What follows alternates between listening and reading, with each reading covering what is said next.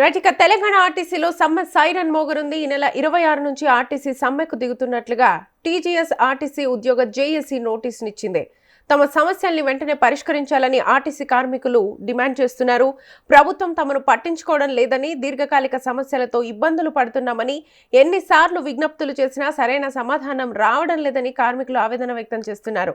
ఈ క్రమంలోనే కార్మికుల తరఫున ఆర్టీసీ ఎండీ ఆఫీస్లో ఎగ్జిక్యూటివ్ డైరెక్టర్, కార్మిక శాఖ కమిషనర్కు టీజీఎస్ఆర్టీసీ ఉద్యోగ జేఏసీ నేతలు సమ్మె నోటీసును అందజేశారు.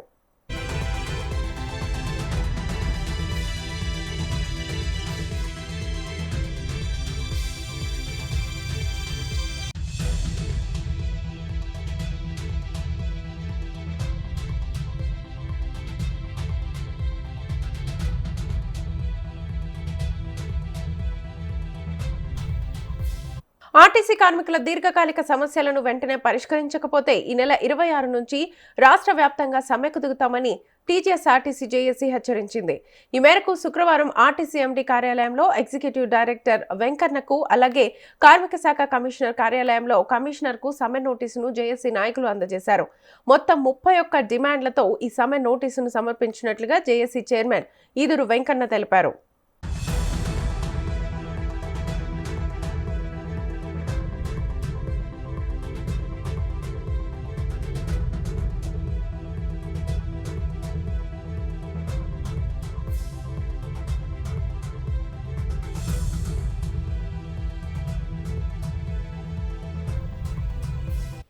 ప్రధానంగా కాంగ్రెస్ ప్రభుత్వం అధికారంలోకి రాకముందు మేనిఫెస్టోలో ఇచ్చిన హామీలు అమలు చేయాలని డిమాండ్ చేశారు. ఆర్టీసీని ప్రభుత్వంలో విలీనం చేసి ఉద్యోగులకు ప్రభుత్వ ఉద్యోగుల హోదా కల్పించాలని కోరారు.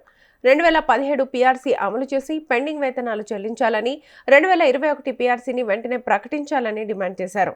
ఆర్టీసీ ఉద్యోగులపై నమోదైన కేసులను ఉపసంహరించుకోవడం, కార్మికులపై విధించిన శిక్షలను రద్దు చేసి తిరిగి విధుల్లోకి తీసుకోవాలని వైస్ చైర్మన్ థామస్ రెడ్డి కోరారు.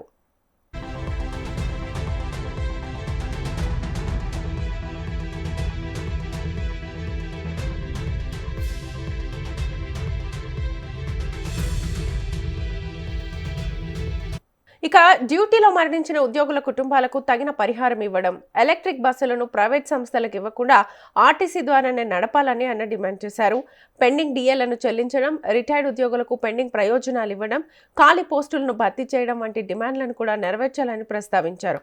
ఈ సమస్యలను ప్రభుత్వం వెంటనే పరిష్కరించకపోతే మార్చి 26 నుంచి సమ్మెను ప్రారంభిస్తామని జేఏసీ స్పష్టం చేసింది.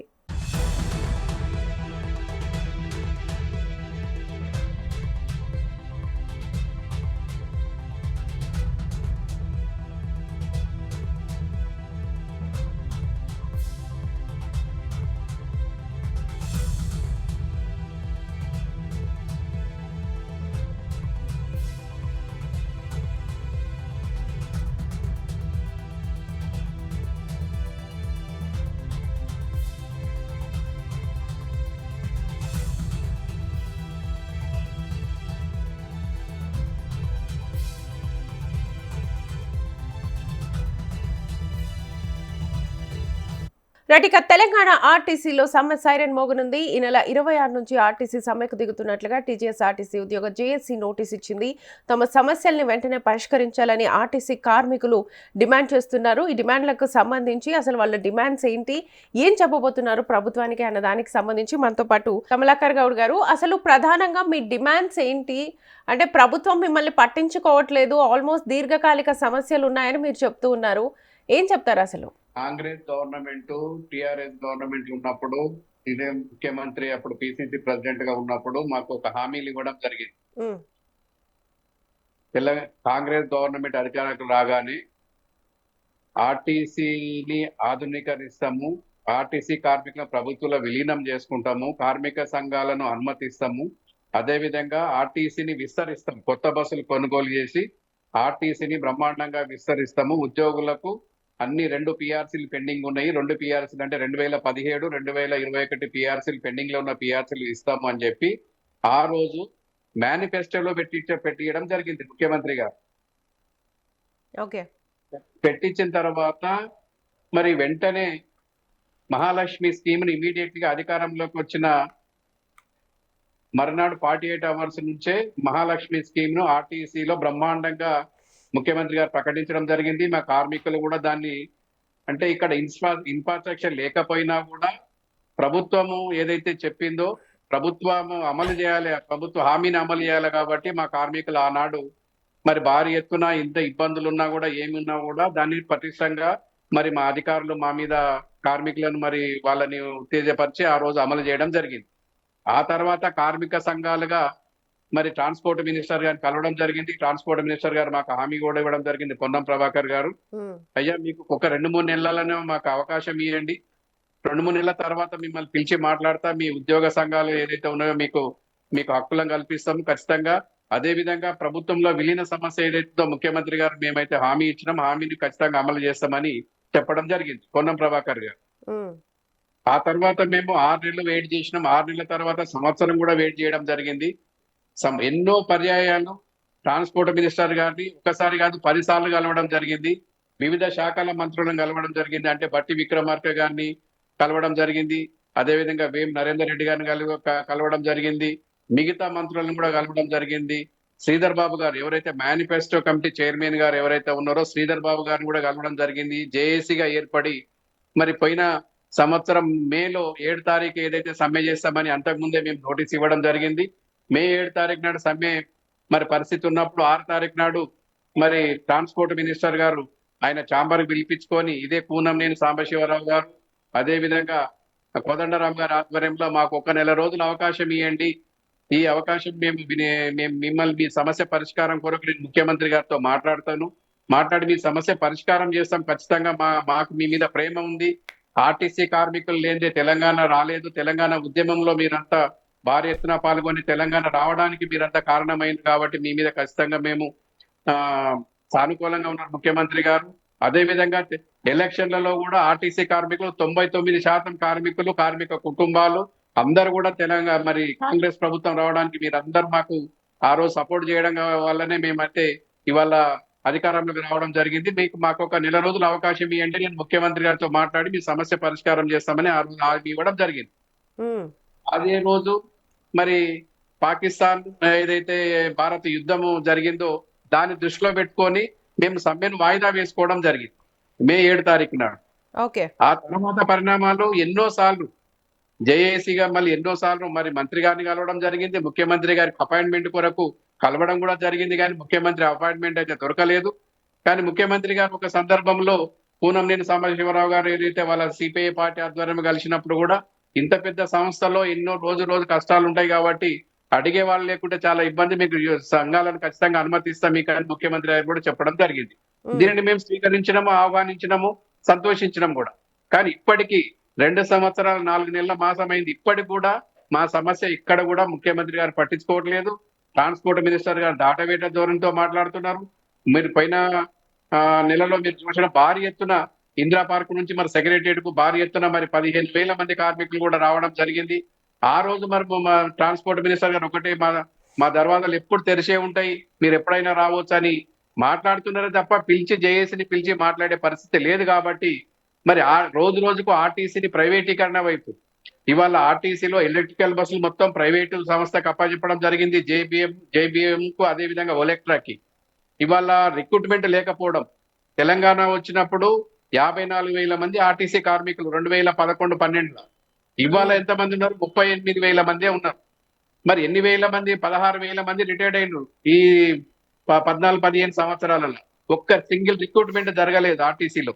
మరి ఈ పని భారం మొత్తం విపరీతమైన పని భారం పెంచుకుంటూ కార్మికులను రోజుకు ఈ మహాలక్ష్మి స్కీమ్ వచ్చిన తర్వాత మహిళా ప్రయాణికులేమో విపరీతంగా పెరిగిపోవడం జరిగింది.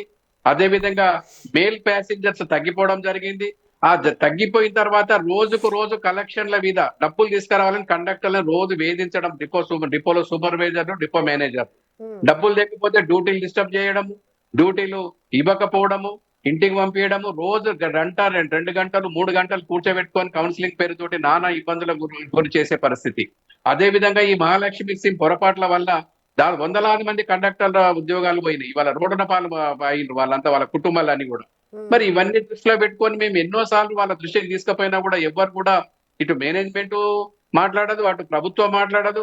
మరి ఇన్ని ఇబ్బందులు ఎదుర్కొంటూ కూడా ఎన్నాళ్ళు కాపురం చేస్తాం, ఎన్నాళ్ళు మేము ఈ విధంగా ఆ, బాధలు భరించుకుంటూ ఉద్యోగం చేయాలనే ఉద్దేశంతో మరి జేఏసీగా మరి మేము 24 తారీఖు నాడే మేము 13 తారీఖు నాడు సమ్మె నోటీస్ ఇస్తామని చెప్పడం జరిగింది. ఈ మధ్యలో కూడా ఏ ఒక్క అధికారి గాని ఏ ఒక్క ప్రభుత్వ మీ మంత్రి గాని ఇంకెవరు కూడా పిలిచి మాట్లాడింది లేదు. అంటే ఆర్టీసీ కార్మికులను చిన్న చూపు చూస్తున్నారా, అసలు సవితి తల్లి ప్రేమ ఎందుకు మా మీద చూస్తున్నారు మాకు అర్థం కావట్లేదు. కాబట్టి మేము జేఏసీగా నిన్న ఎండి గారికి అదే విధంగా లేబర్ కమిషనర్ గారికి సమ్మె నోటీస్ ఇవ్వడం జరిగింది. రేపు సోమవారం రోజు మరి సెక్రటరియట్ లో కూడా వెళ్ళి వివిధ శాఖలు అందరికి కూడా మేము ఇవి ఇస్తాము. ఆ తర్వాత మరి సమ్మె సమాయత్తంగా అందరినీ కలుస్తాం. మేము కూడా ఆల్రెడీ ప్రతిపక్ష నాయకులని అసెంబ్లీలో ప్రతిపక్ష నాయకులకు అందరికీ మాకు సపోర్ట్ చేయండి, మాకు మద్దతు చేయండి. ఆర్టీసీలో మరి అన్ని రాష్ట్రంలో అన్ని శాఖలకు కార్మిక సంఘాలు ఉన్నాయి. సింగరేణికి ఉన్నది, ఎలక్ట్రిసిటీకి ఉన్నది, జిహెచ్ఎంసీలో ఉన్నాయి, అన్ని శాఖలలో కార్మిక సంఘాలు ఉన్నాయి. కానీ ఆర్టీసీలో ఏం పాపం చేసిండ్రు? మరి రోజు రోజుకు అధికారులు విపరీతంగా హరాస్మెంట్ చేయడము, డిపోలలో డ్యూటీలు ఇవ్వకపోవడము, దానికి ఒక సిస్టమ్ లేదు. అదే విధంగా private bus, private driver, private conductor, RTC monogram తప్ప ఆర్టీసీకి ఇంకా 2-3 సంవత్సరాలలో ఆర్టీసీ ఉద్యోగానికి కూడా ఆర్టీసీ బస్సులో మిగిలాడు ఇంకా. మరి ఈ పరిస్థితుల్లో సంస్థను కాపాడుకోవాలా, కార్మికులను కాపాడుకోవాలనే ఉద్దేశంతో ఇవాళ హైదరాబాద్ సిటీలో, గ్రేటర్ హైదరాబాద్ లో చూడండి, ముఖ్యమంత్రి గారు చెప్తూనే ఉన్నారు, ఒక 2 సంవత్సరాల్లో మొత్తము ఎలక్ట్రిసిటీ బస్సులు వస్తాయి హైదరాబాద్ సిటీలో అని చెప్పడం జరుగుతుంది. మరి అట్లాంటి 30 నుంచి 35 సంవత్సరాల సర్వీస్ చేసిన ఉద్యోగులు ఎవరైతే డ్రైవర్లు ఉన్నారో, మెకానిక్లు ఉన్నారో, అందరు ఇవాళ హైదరాబాద్ సిటీని వదిలిపెట్టి బయటికి వెళ్లాల్సిన పరిస్థితి. మరి వాళ్ళ కుటుంబాలు ఏం కావాలి, వాళ్ళ పిల్లల చదువులు ఏం కావాలి? అసలు ఆర్టీసీ ఈ దృష్టికి వస్తుందని మేమైతే ఊహించుకోలేదు. మరి ఆర్టీసీని విస్తరిస్తామని ముఖ్యమంత్రి గారు ఏం చెప్పినరో ఈ విధంగా విస్తరిస్తారని మేమైతే ఊహించలేదు. కాబట్టి మేము సమ్మె నోటీస్ ఇవ్వడం జరిగింది. రేపు అసెంబ్లీలో కూడా మరి భారీ ఎత్తున మరి వాళ్ళకైతే మేము మెమోరాండాలు ఇవ్వడం జరిగింది. అదే విధంగా మేధావుల సదస్సు పెడతాం, మేధావుల మద్దతు తీసుకుంటాం, వివిధ సంఘాల నుంచి మద్దతు తీసుకుంటాం. మా ఆర్టీసీలో కూడా ఇంకా రాని సంఘాలు ఏవైతే జేఏసీలోకి రాని సంఘాలు, సమ్మె నోటీసులు ఇవ్వని సంఘాలు ఉన్నాయో వాళ్ళని కూడా మేము రిక్వెస్ట్ చేస్తున్నాం అందరినీ, మాతో కలిసి రండి. కార్మిక శ్రేయస్సు దృష్ట్యా, సంస్థ పరిరక్షణ దృష్ట్యా ఖచ్చితంగా ప్రతి ఒక్కరు కూడా ఈ సమ్మెలో పాల్గొని మరి కార్మిక సమస్యల మీద ఖచ్చితంగా పోరాడాల్సిన అవసరం ఉందని మేము ఈ నిర్ణయం తీసుకోవడం జరిగింది మేడం. ఓకే, అంటే మీరు అన్నట్టుగా ఇప్పుడు మీ డిమాండ్లు ఏవైతే ఉన్నాయో 31 డిమాండ్లతో మీరు ప్రభుత్వానికి ఇప్పుడు ఆల్రెడీ మీరు ఒక నోటీసు ఇచ్చారు, ఖచ్చితంగా మా డిమాండ్లను పరిష్కరించాలి అని చెప్పేసి. అయితే 2019లో కూడా ఇలాగే సమ్మె బాట పట్టారు. అప్పటి పరిస్థితులను ఒకసారి తీసుకుంటే అప్పట్లో చాలా మొత్తం మీరు ఆల్మోస్ట్ 48,000 మంది ఇందులో పార్టిసిపేట్ చేశారు అప్పట్లో 2019లో. కానీ అప్పటి సీఎం కూడా ఇది ఇల్లీగల్ సమ్మె అని చెప్పేసి చెప్పారు. ఖచ్చితంగా మీరు ఇప్పుడు కాదు, ఫస్ట్ వచ్చి డ్యూటీలో జాయిన్ అవ్వండి అని చెప్పి వార్నింగ్ ఇచ్చారు. ఆల్మోస్ట్ ప్రైవేట్ డ్రైవర్స్ని తీసుకున్నారు. అప్పుడు పరిస్థితి ఒకసారి తలుచుకుంటే మొత్తం అతలకుతలం అయిపోయిన సిచ్యువేషన్ కనిపిస్తోంది. సో ఇప్పుడు మళ్ళీ అదే సమ్మె బాట పట్టారు. ఇప్పుడు ఎలా ఉండబోతోంది అనుకుంటున్నారు మీరు? మేడం, ఇప్పుడు ఆ రోజు జరిగింది ఇల్లీగల్ సమ్మె అయితే ముఖ్యమంత్రి గారు చెప్పారు. ఆ రోజు కొన్ని టెక్నికల్ ప్రాబ్లం వల్ల అప్పుడున్న జేఏసీ నాయకులు పొరపాటు చేశాడు, వాస్తవం అది. లేబర్ కమిషన్ దగ్గర అయితే కన్సలేషన్ క్లోజ్ చేసుకోవాల్సి ఉంటే వాళ్ళు చేయలేదు. ఆ రోజు చేయకపోవడం వల్ల భారీ ఎత్తున నష్టం జరిగింది. అది ఆ రోజు, ఈ రోజు మేము ఆ పొరపాటు చెయ్యం. ఈ రోజు లీగల్ గానే పోతున్నాం ఖచ్చితంగా. లేబర్ కమిషనర్ గారి దగ్గర మీటింగ్లు అవుతాయి. మీటింగ్లు అయిన తర్వాత మేనేజ్మెంట్ అక్కడికి వస్తుంది, మీటింగ్ వస్తుంది. ఆ మీటింగ్ లో కన్సలేషన్ ఒకవేళ వాళ్ళు అడ్మిట్ చేసుకుంటారు, ఖచ్చితంగా అడ్మిట్ చేసుకొని వాళ్ళు లీగల్ గా మేము ప్రొసీడ్ అవుతాం. ఖచ్చితంగా కన్సలేషన్ క్లోజ్ చేసుకున్న తర్వాతనే మేము సమ్మె డేట్ అనౌన్స్ చేస్తాం. ఇప్పుడు మేము సమ్మె డేట్ అనౌన్స్ చేయలేదు. 26వ తారీఖు వరకు మాకు 2 వారాల గడువు. 2 వారాల గడువు తర్వాతనే మేము కన్సలేషన్ క్లోజ్ చేసుకోవాలి. లేబర్ కమిషన్ దగ్గర చర్చలు విఫలమైతే మేము అక్కడ అప్పుడు డేట్ అనౌన్స్ చేస్తాం, సమ్మె డేట్ అనౌన్స్ చేస్తాం. లీగల్ గానే పోతాం. ఇల్లీగల్ గా కార్మికులని నడి రోడ్డు మీద వదిలిపెట్టే సమస్య లేదు. ఇది ఎందుకంటే జేఏసీ 6 సంఘాల జేఏసీ, ఇంకా మిగతా సంఘాలు కూడా మాకు కలిసి వచ్చే సంఘాలు కూడా ఉన్నాయి. కాబట్టి మేము ఇల్లీగల్ గా పోయే పరిస్థితి ఉండదు. ఒకసారి పొరపాటు జరిగింది, మళ్ళీసారి ఆ పొరపాటు జరగనీయము. ఆ రోజు ఉన్న ప్రభుత్వం వేరు, ఆ రోజున నాయకత్వం వేరు, ఆ రోజున కార్మిక సంఘాల నాయకులు వేరు. కానీ ఈ రోజు మేము చిత్తశుద్ధితోటి కార్మికులను రక్షించుకోవాలి, సంస్థ పరిరక్షణ, కార్మిక ప్రయోజనాల దృష్టిలో పెట్టుకొని మేము అన్ని స్టెప్లు ముందుకేసుకుంటూ పోతున్నాము. పోయినసారి కూడా మేము అదే కన్సలేషన్ క్లోజ్ చేసుకొని లీగల్ సమ్మెలోకే వెళ్ళినాం అప్పుడు. కానీ ఆ రోజు ప్రభుత్వం ఒక మమ్మల్ని కోరింది, మాకు కొంచెం అవకాశం ఇవ్వండి అని.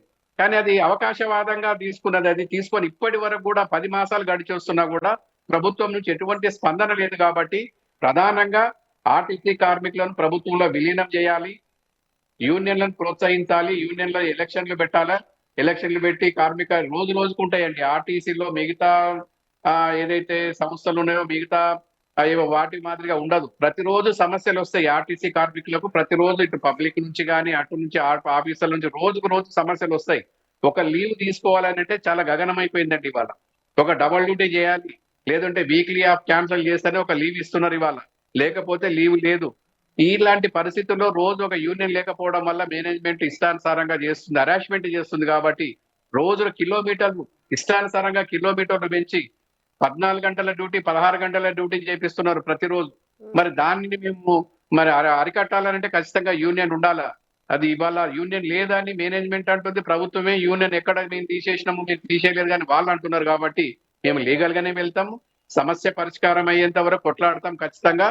కాని పక్షంలో సమ్మెలోకి ప్రభుత్వమే ఈ మేనేజ్మెంట్ తోస్తే ఏం చేయలేని పరిస్థితుల్లో సమ్మెలోకి పోవడానికి సిద్ధంగా ఉన్నారు కార్మికులు. మొన్న మీరు చూశారు ఇందిరా పార్క్ దగ్గర భారీ ఎత్తున, మేము కూడా ఊహించలేదు, జేఏసీ నాయకత్వం కూడా అంత పెద్దగా కదిలొస్తారని మేము ఊహించుకోలేదు. కార్మికులలో ఇవాళ ప్రతి ఒక్కరికి అది ఉంది కాబట్టి సమస్య పరిష్కారం దిశగా ఖచ్చితంగా పోతామని మేము భావిస్తున్నాం. ఓకే. అంటే ఇప్పుడున్న పరిస్థితుల్లో ఎందుకంటే ఇప్పుడు సీఎం రేవంత్ రెడ్డి గారు వచ్చిన తర్వాత ఆల్రెడీ ఒకసారి మాట్లాడారు మీతో, మీ అందరితో సమావేశమై ఒకసారి మాట్లాడారు. సోదరులారా అని చెప్పి పిలిచి కొంచెం కన్విన్స్ చేయడానికి ట్రై చేశారు. ప్రస్తుతం ఉన్న ఆర్థిక పరిస్థితుల్లో కొన్ని రోజులు వెయిట్ చేయండి అని చెప్పారు కదా! సో, ఈ నేపథ్యంలో ఇప్పుడున్న ఆర్థిక పరిస్థితుల్లో ప్రభుత్వం ఎంతవరకు అమలు చేయగలదని మీకు అనిపిస్తుంది? ముఖ్యమంత్రి గారు మమ్మల్ని పిలిచి కొన్ని రోజులు ఆగండి అని చెప్పలేదండి. వాళ్ళు ఏదో ఒక మాట చెప్పిండ్రు. మేము ఇప్పుడిప్పుడే కొత్తగా అధికారంలోకి వచ్చినాము, పోయిన ప్రభుత్వం అన్ని అప్పులల్లో చేసిపోయింది, అవును. కొంచెం అవును. అవకాశం ఇవ్వండి అని చెప్పారు. సరే అవకాశం ఒక సంవత్సరం పోయింది, 2 సంవత్సరాలు దాటిందండి. ఇంకా 2.5 సంవత్సరాలే ఉంది కదా వీళ్ళ పీరియడ్ కూడా. ఈ పీరియడ్ కూడా దాటిపోతే మాకు దిక్కేవరండి. అప్పటి వరకు ఈ సంస్థ ఈ కార్మికులు ఇప్పుడు 38,000 అయ్యిండ్రు, 16,000 మంది వెళ్ళిపోయిండ్రు ఆల్రెడీ. రిక్రూట్మెంట్ లేదు. 48,000 50,000 ఉన్న నాడు 32,000 లక్షల కిలోమీటర్లు తిరిగితే ఇవాళ 36 లక్షల కిలోమీటర్లు తిప్పుతున్నాం 38,000 స్టాప్ తోటి. అంటే ఎంత పని ఒత్తిడి పెరిగిందో మీరు ఒకసారి ఆలోచన చేయండి. ఇంకా చూస్తూ కూర్చుంటే ఇప్పుడు ఇవాళ ప్రైవేట్ కండక్టర్ అండి, ఏజెంట్ ద్వారా, థర్డ్ పార్టీ ఏజెంట్ ద్వారా కండక్టర్లను తీసుకొస్తున్నారు. దానికి ఒక రూల్ ఆఫ్ రిజర్వేషన్ లేదు, ఏం లేదు. డ్రైవర్లను కూడా పక్క రాష్ట్రం నుంచి తీసుకొస్తున్నారు. ఈ తెలంగాణ రాష్ట్రంలో ఉన్న వాళ్ళకి ఉపాధి కరువు అయిపోయింది, ఉపాధి లేదు వీళ్ళకి. పక్క రాష్ట్రం బీహార్ వెళ్తున్నారు, ఛత్తీస్గఢ్ వెళ్తున్నారు, పక్క ఉత్తరప్రదేశ్ నుంచి కూడా డ్రైవర్లను తీసుకొచ్చి వాళ్ళ ఎలక్ట్రికల్ బస్సుల మీద నడిపిస్తున్నారు. మరి తెలంగాణ ఎందుకు, మనం తెలంగాణ తెచ్చుకున్నది ఎందుకు వరకు? నీళ్లు నియామకాలే కదండి. మరి నియామకాలు ఎక్కడున్నాయి ఇప్పుడు? పోస్ట్ వేస్తామని చెప్పిండ్రు, 2 సంవత్సరాల నుంచి అదే చెప్తున్నారు. ఇప్పటి వరకు రిక్రూట్మెంటే లేదు ఆర్టీసీలో. ఈ 2,000 పోస్టులు కాదండి, 16,000 పోస్టులు ఖాళీలు ఉన్నాయి. అదే విధంగా ఉద్యోగస్తులు ఎవరైతే చనిపోతే వాళ్ళ పిల్లలకు ఉన్నదో గతంలో రెగ్యులర్ గా అపాయింట్మెంట్ ఇచ్చేది. ఇవాళ ఏదో 2 సంవత్సరాలు కన్సల్టెడ్ పే అని ఎక్కడ లేదు. ఇది ప్రభుత్వంలో, ఆ తెలంగాణ ప్రభుత్వం ఎక్కడ లేదు. కానీ ఒక ఆర్టీసీని అమలు చేస్తున్నారు. అది అన్ని విధాలుగా ఆర్టీసీ కార్మికులు అనుగదొక్కుతున్నారు. ప్రతి విషయంలో రోజుకు రోజు లీవ్ల సమస్య కానీ, రోజు క్యాష్ తీసుకోవడం వలన కానీ, డబ్బులు ఇన్ని తక్కువ వచ్చినాయి నువ్వు ఎందుకు చేస్తున్నావు? మహాలక్ష్మి స్కీమ్ వల్ల 75 నుంచి 80% మహాలక్ష్మి మహిళలు ఎక్కుతున్నారు బస్సులో. ఒక 20% జెంట్స్ ప్యాసింజర్లు ఎక్కుతున్నారు, మేల్ ప్యాసింజర్లు ఎక్కుతున్నారు. దాంట్లో రెగ్యులర్ పాసులు ఎన్ని ఉంటాయి, ఫిజికల్ యాంటీ పాసులు ఎన్ని ఉంటాయి, కమిటెడ్ పాసులు ఎన్ని ఉంటాయి? ఇన్ని పాసులు పోయిన తర్వాత కూడా కలెక్షన్ ఇంకా నువ్వు ఇంత తీసుకురావాలని టార్గెట్ పెట్టి వేధిస్తున్నారు కండక్టర్లను. ఎక్కడి నుంచి తీసుకురావాలా కండక్టర్? అది అది అడగొద్దు మమ్మల్ని.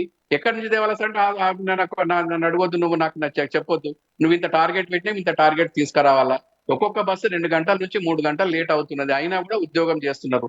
మరి ఇంకా సరే ఆర్థిక ప్రయోజనాలు ఏమైనా ఉన్నాయని అంటే 2000 pay scale 2021 pay scale pending లో ఉంది. 2017 పే స్కేల్ అమలు చేసిండ్రు, కానీ దాంట్లో 6% మళ్ళీ పిఎఫ్ నుంచి కట్ చేయడం జరిగింది. 5% ఇచ్చిండ్రు, 6% కట్ చేసుకున్నారు. దాని తర్వాత ఫ్రింజ్ బెనిఫిట్స్ లేవండి ఇప్పటి వరకు. 2013 పే స్కేల్ ఏదైతే అయిందో ఆ 2013 ఫ్రింజ్ బెనిఫిట్స్ ఇప్పటికీ ఆర్టీసీ కార్మికులకు అమలు అవుతున్నాయి. అంటే ఫ్రింజ్ బెనిఫిట్స్ అంటే డే అవుట్ అలవెన్స్ ఉంటుంది, దాంట్లో స్టీరింగ్ అలవెన్స్ ఉంటుంది, నైట్ అవుట్ అలవెన్స్ ఉంటుంది, డే అవుట్ భత్తా ఉంటుంది. ఇవన్నీ అలవెన్స్ పెంచలేదు ఇప్పటి వరకు కూడా. మరి పెంచకుండా ఎన్నాళ్ళు మమ్మల్ని ఇప్పుడు రోడ్ల మీద ఎన్ని విధాలుగా అన్ని పెరుగుతున్నాయి, రేట్లు పెరుగుతున్నాయి. మరి ఆర్టీసీ కార్మికులు కూడా పెరుగుతాయి కదండి. మరి దానికి అనుగుణంగా మాకు కూడా జీతభత్యాలు పెరగాలి కదా. 21 పే స్కేల్ అటనే ఉంది. మరి రేపు 25 ఏప్రిల్ నుంచి మరి 25 పే స్కేల్ కూడా అమలు కావాల్సింది. అంటే 2 పే స్కేల్ పెండింగ్లు ఉన్నాయి ఇప్పటికీ. మరి ఈ పరిస్థితుల్లో ఇంకా కూడా చూస్తూ ఊరుకోవాలని అంటే ఇంకా మునిగిపోయే పరిస్థితి. కార్మికులు మొత్తం హైదరాబాద్ సిటీ నుంచి డ్రైవర్లను బయటకు ఎత్తేస్తున్నారు. డిపోలు ఖాళీ అయిపోతున్నాయి. ప్రైవేట్ వాళ్ళకి ఇస్తున్నారు. మెకానిక్లను ఖాళీ చేపించి బయటికి ట్రాన్స్ఫర్ పెట్టుకోండి అంటున్నారు. లేకుంటే రీకేటగరైజేషన్ చేసుకొని కండక్టర్ గా పోతారా, డ్రైవర్ గా పోతారా, ఇంకా దేనికైనా పోతారో మీరు ఆలోచన చేసుకోండి అని రోజు రోజు కొత్త కొత్త ఈ ఆలోచనలు చేసుకుంటూ మరి ఈ ప్రభుత్వం ఏదైతే అమలు చేస్తుందో ఈ ఎలక్ట్రికల్ బస్సులు దానికి అనుగుణంగా అధికారులు ఆ విధంగా చేసుకుంటూ పోతే కార్మిక సంఘాలుగా చూస్తూ ఊరుకోం లేదు కాబట్టి మేము ఇలా ఈ ఉద్యమానికి మరి శ్రీకారం చుట్టడం జరిగింది. ఖచ్చితంగా మా సమస్య పరిష్కారం అయ్యేంత వరకు మేము పోరాటానికి సిద్ధంగా ఉన్నామని తెలియజేస్తుంది. అంటే ఓకే, మీరు అన్నట్లుగా చర్చలతోనే సఫలం అవ్వాలి, సమ్మెబాట పట్టకూడదని అందరూ కోరుకుంటున్నారు. అండ్ ప్రధానంగా ఈ చర్చల విషయానికి వస్తే 31 డిమాండ్లతో మీరు ముందుకొచ్చారు కాబట్టి ఇందులో టాప్ 10 డిమాండ్లు అంటే ఏం చెప్తారు మీరు అసలు? టాప్ 10 డిమాండ్లు అంటే మేడం, ఆర్టీసీలో ప్రధానమైన అంశం ఏంటి అంటే ప్రభుత్వంలో విలీనం చేయడం. ఓకే. పోయిన ప్రభుత్వం ఏదైతే ఆల్రెడీ గవర్నర్ గారు కూడా ఆల్రెడీ గెజెట్ నోటిఫికేషన్ ఇవ్వడం జరిగింది. అపాయింట్ డే ప్రకటించాలి, అదొకటే పెండింగ్ లో ఉంది. అదొకటండి. సంఘాలను పునరుద్ధరించాలి. 2017, 2021 పే స్కేల్ అమలు చేయాలి. ఉద్యోగ భద్రత కల్పించాలి. రిటైర్మెంట్ వాళ్ళకి డబ్బులు ఇప్పటికి ఇవ్వట్లేదు. చాలా రోజులు ఆగస్టు నుంచి పెండింగ్ ఉన్నాయి. రిటైర్మెంట్ వాళ్ళ డబ్బులు ఇవ్వాలి. అదేవిధంగా ఉద్యోగస్తుల పిల్లలు ఎవరైతే ఉన్నారో వాళ్ళందరూ కూడా రెగ్యులర్ ప్రాతిపదికన చేయాలి. జాబ్ సెక్యూరిటీ కల్పించాలి. ఆర్టీసీలో ఈ ఎలక్ట్రికల్ బస్సులు ఏవైతే ఉన్నాయో ఎలక్ట్రికల్ బస్సులు ప్రభుత్వం కొనాలి. ప్రభుత్వం కొని ఆర్టీసీకి ఇవ్వాలి. ప్రధానమైన డిమాండ్ ఉంటే ఇది తెలంగాణ ప్రజలకు చాలా ఉపయోగకరంగా ఉంటది. దీని వల్ల తెలంగాణ రాష్ట్రంలో ఉన్న నిరుద్యోగులకు ఉద్యోగ అవకాశం కలుగుతుంది. మేము కోరుకునేది అది మెయిన్ గా.